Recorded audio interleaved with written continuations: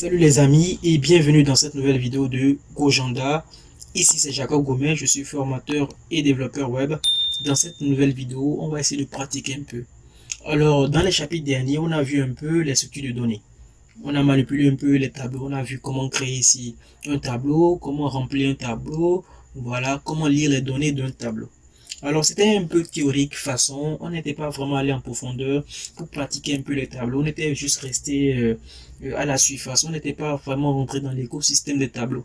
Alors que les tableaux c'est vraiment des éléments qui sont vraiment importants, surtout lorsque vous voulez créer ou développer des applications. Puisque les données que nous aurons manipulées, on aura manipulé beaucoup les structures de données et en l'occurrence les tableaux. Alors dans cette vidéo, j'ai décidé quand même de pratiquer avec vous quelques petits exercices qui vont nous permettre de comprendre un peu le principe des tableaux. Évidemment, c'est le format débutant, on va pas vraiment aller loin, mais à la fin, je vais quand même vous proposer des pistes qui vont vous pousser, qui vont vous amener à approfondir encore les tableaux.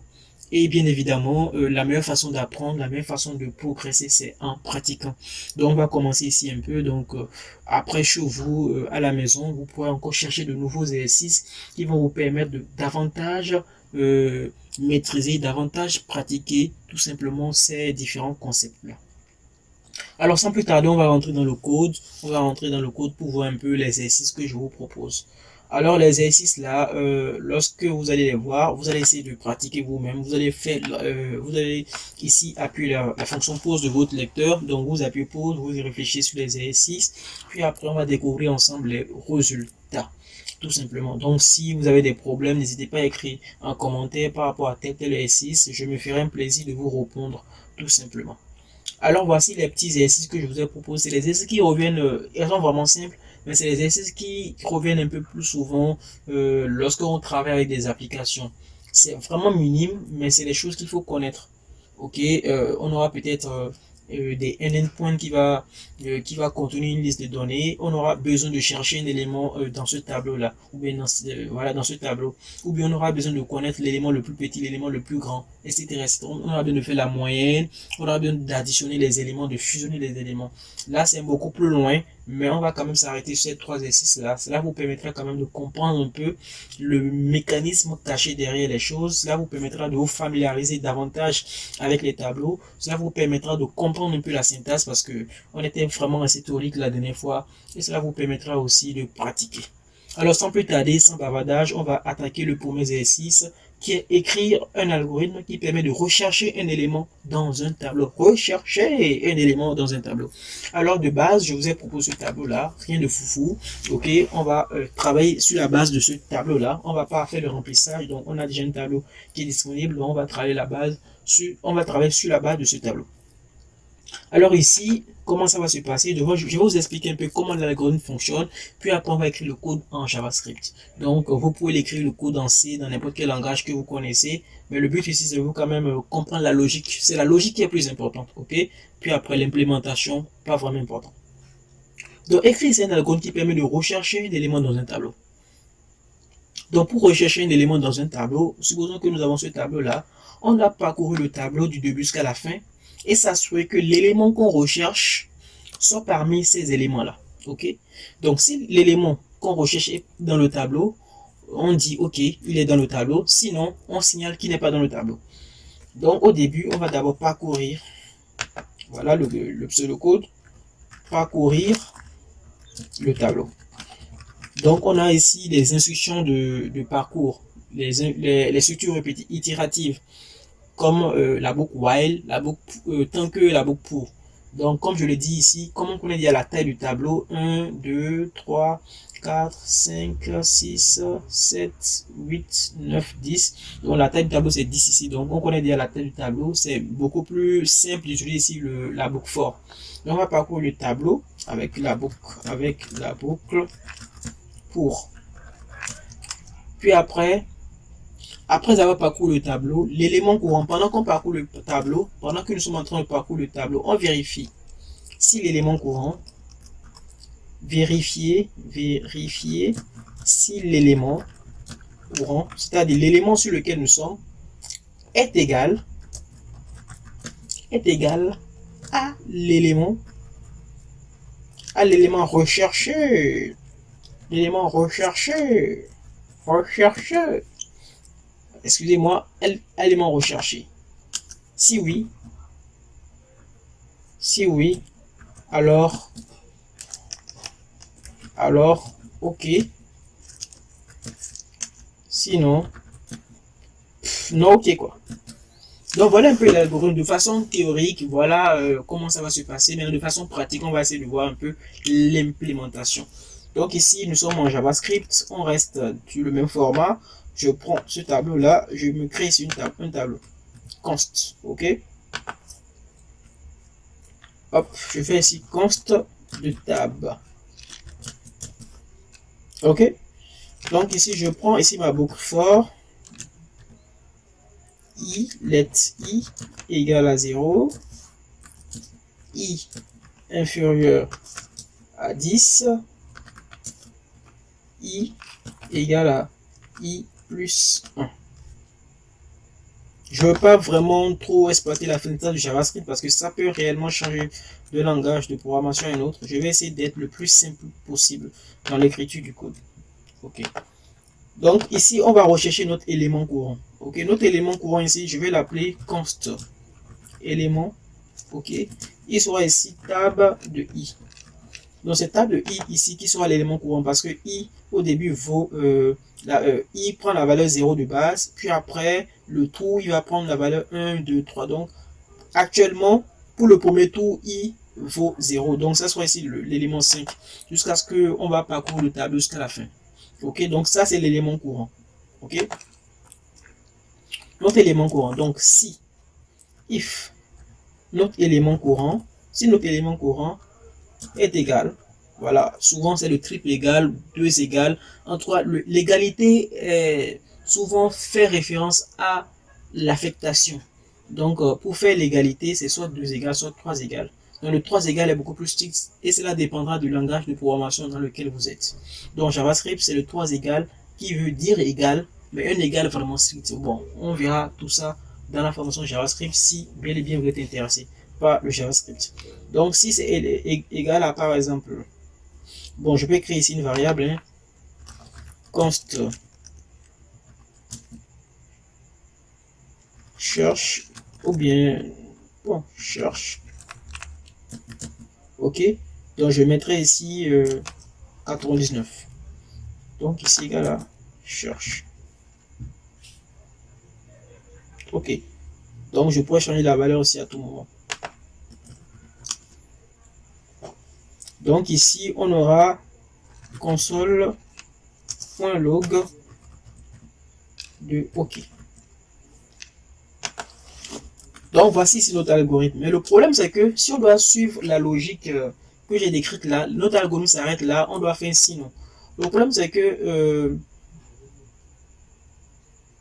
voilà, si je fais ici un sinon, je n'aurai je n'aurai pas un résultat clair. C'est-à-dire lorsque je cherche l'élément 99, ok, 99 c'est à la position 0, 1, 2, 3, 4, à la position 4. Donc ici, on aura un console.log de non ok, console.log de non ok, 3 fois, et arrivé ici, on aura le ok, et puis on aura le non ok, parce que l'élément search, parce qu'il va parcourir tout le tableau, ok. Bon, on peut quand même faire ici un return pour dire que lorsqu'il trouve l'élément, il ne continue plus. Mais là, déjà, ça nous pose un problème parce que si je teste, hop, je rafraîchis la page. Vous voyez, on a le nom ok, ok, donc on ne sait réellement pas ce qui se passe. Donc pour éviter ce problème-là, ça c'est un problème lors de l'implémentation, on va plutôt nous créer ici une variable is found, ok, qu'on va mettre ici à false par défaut. On peut mettre ça à 0, à 1, peu importe la valeur que vous voulez, à false. Donc ici c'est quoi? Donc s'il trouve l'élément, comme c'est une affectation, je vais mettre ici let. S'il trouve l'élément, je veux que le isFound prenne la valeur true. Et là, je n'ai plus besoin du sinon. C'est-à-dire, lorsqu'il va trouver l'élément, lui sera true. S'il ne trouve pas l'élément, bah, il va garder la valeur false. Donc, si on fait le test ici, console.log, hop, de is found 99. Donc, 99, normalement, existe. Il mettra true. Donc, si je mets 199, il mettra false. Là, on a un truc beaucoup plus clair. Donc, ici, il faudra aussi jouer un peu sur les boulons pour savoir un peu comment agrémenter la chose. Ça, par exemple, on peut en faire une fonction. Ok? On peut en faire une fonction pour vous montrer. Je ferai juste ceci. Fonction search. Cette fonction search va prendre tout simplement un tableau. Il va prendre ici l'élément recherché. Donc, cherche ici. Et voilà. Donc,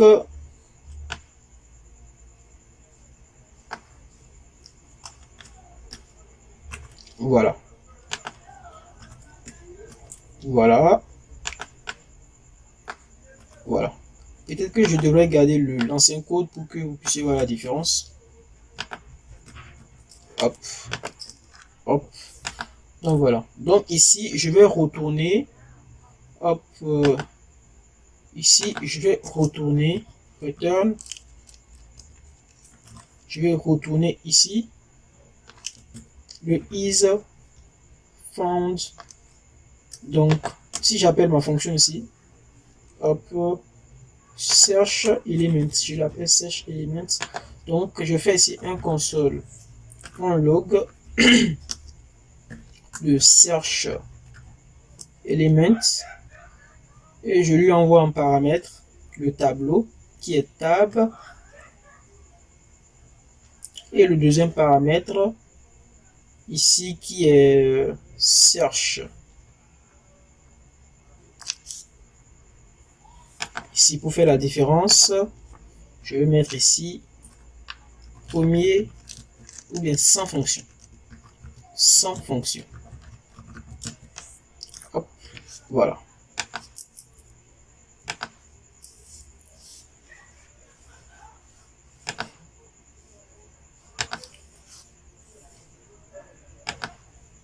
Donc, sans fonction, on a le false. Avec fonction, on a le false également. L'avantage avec les fonctions, c'est que on peut directement, on peut l'appeler, voilà, plusieurs fois. Donc ici, je mets 55. Ici, je mets, il y a quelle valeur qui existe? 99. Il y a la valeur 6 qui existe. Il y a la valeur 80, ça qui n'existe pas. Et hop, je mets la valeur, je pense que 1 existe. Donc c'est ça l'avantage avec les fonctions, c'est que lorsque la fonction existe, on pourra l'exploiter plusieurs fois. Hop. Je pense qu'il faut recharger. Ne pas traduire.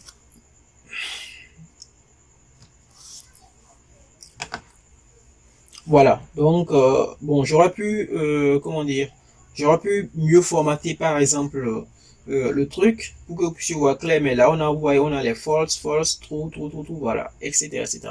Donc voilà, c'était le premier exercice. Hein. J'espère que vous avez compris quelque chose. Je laisse les codes là. Ok, je vais juste commenter. Hop, hop, hop. Hop. Hop, hop, hop. Voilà. Donc, on passe au second exercice. Là, on ira beaucoup plus vite. Le second exercice, c'est quoi? On nous demande ici de trouver l'élément le plus petit dans un tableau. Donc, nous avons le même tableau. Hein. Ok, on nous demande de trouver l'élément le plus petit. Comment ça va se passer? Donc, le même principe. Ok. Ça, c'est exemple. Ici, c'était exo 1. Ok. Donc, je passe à l'exo 2. Donc, on va d'abord parcourir le tableau. On va parcourir le tableau, parcourir le tableau. Mais là, on fera attention. Ok, on va parcourir le tableau, ce qui est intéressant. Maintenant, on veut rechercher l'élément le plus petit dans le tableau. Pour faire une analogie, supposons que nous sommes, bon, nous en Afrique ici, on a des cours. Dans des cours, par exemple, bon, c'est quoi une cour? C'est que quand tu rentres dans une maison, il y a plusieurs maisons à l'intérieur. Ok, prenons un appartement pour faire plus simple. Quand nous rentrons dans un appartement, nous avons plusieurs maisons, ou bien quand nous rentrons dans un immeuble, nous avons plusieurs appartements. Ok, du premier étage à X étage. Ok, donc ici, pour pouvoir rechercher l'élément le plus petit, supposons que dans chaque appartement, nous avons des chiffres. Ok, donc imaginez que dans chaque appartement d'un immeuble, nous avons des chiffres dedans. Mais les chiffres sont aléatoires. Ok, on ne sait pas, les chiffres sont aléatoires. Donc on vous demande de parcourir tout l'immeuble et de rechercher l'élément le plus petit qui est dans l'immeuble, c'est-à-dire l'élément le plus petit qui est dans les appartements. Donc vous devez ouvrir chaque porte et vérifier si dans la première porte vous tombez sur le 5, vous allez dans la seconde porte, vous tombez sur le 3, donc etc., etc. Donc vous devez rechercher ici l'élément le plus petit dans cet immeuble-là. Comment vous allez faire?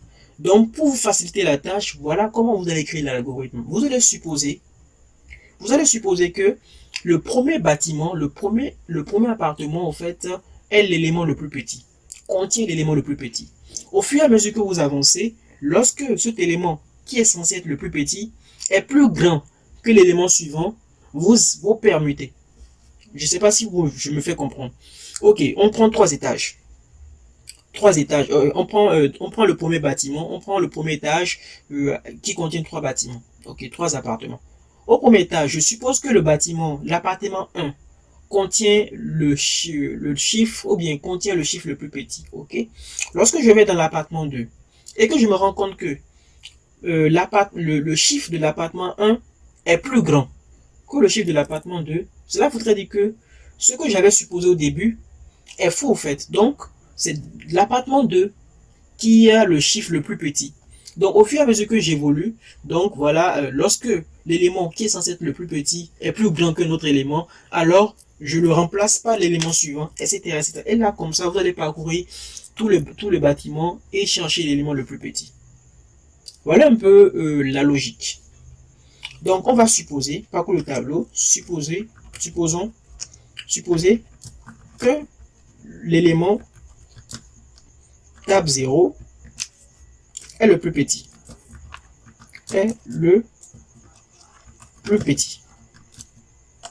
Si tab 0 est plus grand que tab i plus 1, c'est-à-dire à l'élément suivant, alors le minimum est ici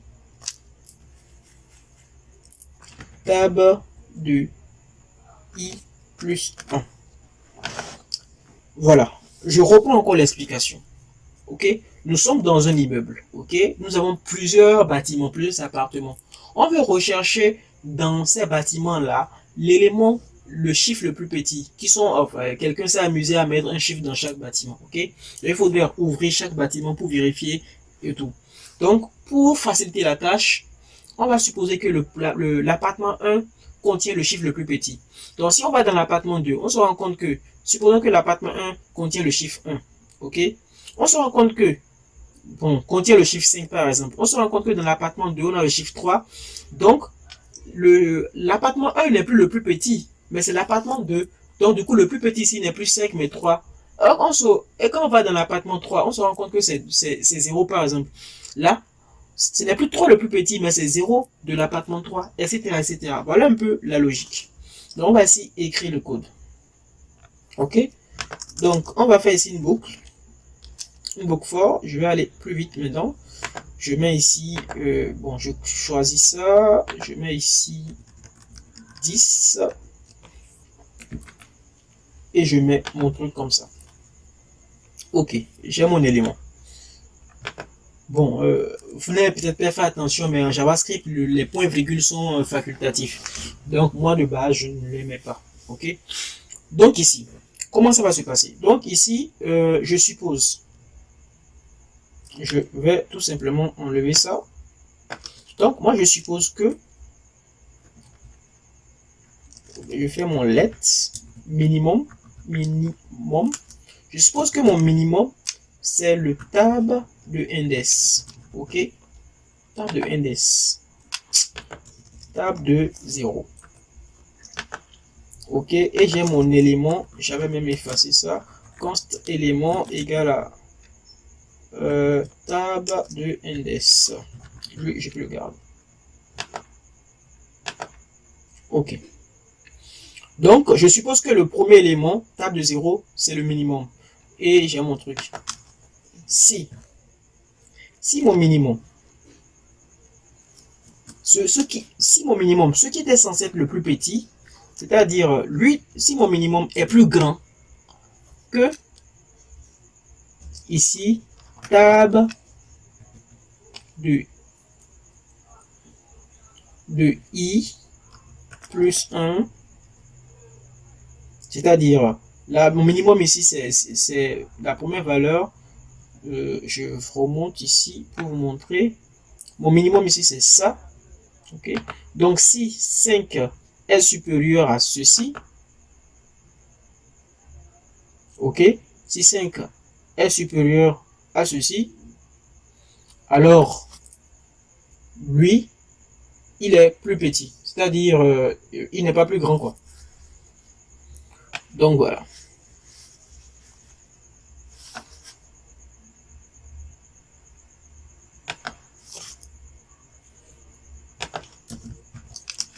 Donc, ici, nous avons le minimum. Donc, si 5 est supérieur à ceci, donc on a le minimum ici qui est égal à tab de i plus 1. Et puis voilà. Et puis, ainsi de suite, ainsi de suite, ainsi de suite. Et lui, il est à l'extérieur. OK, à l'extérieur de la boucle. Et finalement, lui, je n'en ai plus besoin. Et ici, je fais un console.log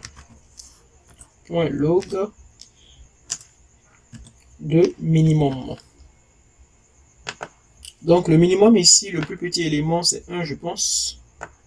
Donc, on est censé avoir 1. Sinon, je me suis trompé dans l'algorithme. Je rafraîchis.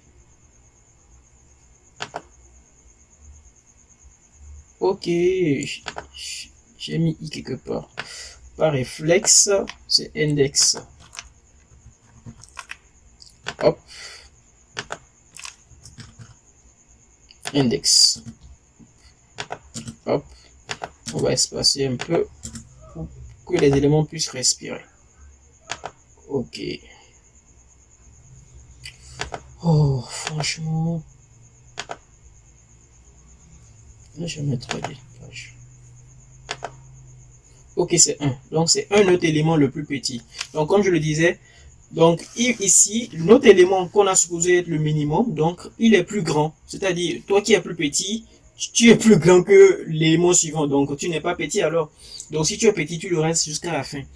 Donc, voilà. Donc, cela veut dire que lui, puisque lui il est plus grand que ceci, donc lui il est plus petit que ceci, alors c'est lui qui devient le minimum, etc., etc. Donc ça c'est le minimum. Donc pour le maximum, c'est le même principe, on va juste inverser. OK? Donc je crée ici, je fais ici let maximum. OK, je suppose que pour le maximum aussi, c'est tab de 0. OK, je replique ce code. Là déjà, on aurait pu créer une fonction pour ça.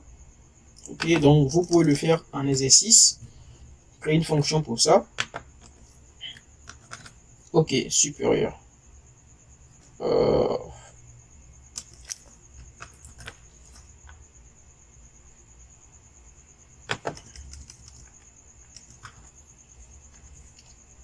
Donc pour le maximum, c'est l'inverse. Donc on suppose que le premier bâtiment contient le chiffre le plus grand. Donc en évoluant, il faudrait que voilà, si le max qu'on considère être le plus grand s'en va être inférieur aux éléments suivants. Bon, il n'est pas grand, alors c'est les éléments là qui sont plus grands que lui. Donc voilà, la place change et puis lui il retrouve sa place maximum. Et hop. Et bon, ici je mets minimum, minimum, hop. Je mets ici maximum, maximum. Le maximum, ça doit être combien? Je sais pas trop. Le maximum, c'est 99. Donc, on va vérifier ça. Si on a le minimum et le maximum. Hop, on rafraîchit. Ok, donc le minimum c'est 1, le maximum c'est 99. Donc les amis, c'est tout ce que je voulais vous montrer dans cette vidéo. Donc comme approfondissement, vous pouvez ici chercher la moyenne. Ok, entre la moyenne ici, la moyenne, vous pouvez faire la somme de deux tableaux. Ok, donc on a un tableau 2 ici. La somme de deux tableaux, l'association de deux tableaux. Vous pouvez faire ici la fusion de deux tableaux. Tableau 1, tableau 2, vous faites la fusion. Vous pouvez ici ajouter un élément à un tableau, ou bien un élément à ce tableau-là, ou bien retirer un élément de ce tableau. Vous pouvez ici supprimer un élément d'un tableau, ou bien modifier un élément d'un tableau. Vous pouvez ici faire ce qu'on appelle les tris. Ça, c'est beaucoup plus important. Il faudrait connaître les algorithmes de tri. Et pour ce faire, c'est pourquoi je vous ai montré ici ces petits exercices-là. Donc, cela vous sera vraiment utile lorsque vous allez vouloir écrire ici les algorithmes de tri. Donc, tri par sélection, tri à bulle, les tri rapides, etc., etc. Donc, ça, c'est des choses que vous devez approfondir. Donc, sur les tableaux. Donc, il y a plein d'éléments à connaître. Donc, les tableaux à deux dimensions. Quand ces tableaux en deux dimensions, comment les parcourir, comment remplir ces tableaux-là, etc., etc. Alors, les amis, c'était vraiment tout ce que je voulais vous montrer dans cette vidéo. Ce serait la dernière de la série algorithmie. J'espère que vous avez apprécié cette série-là. J'espère que vous avez appris quand même pas mal de choses. Du moins, le minimum.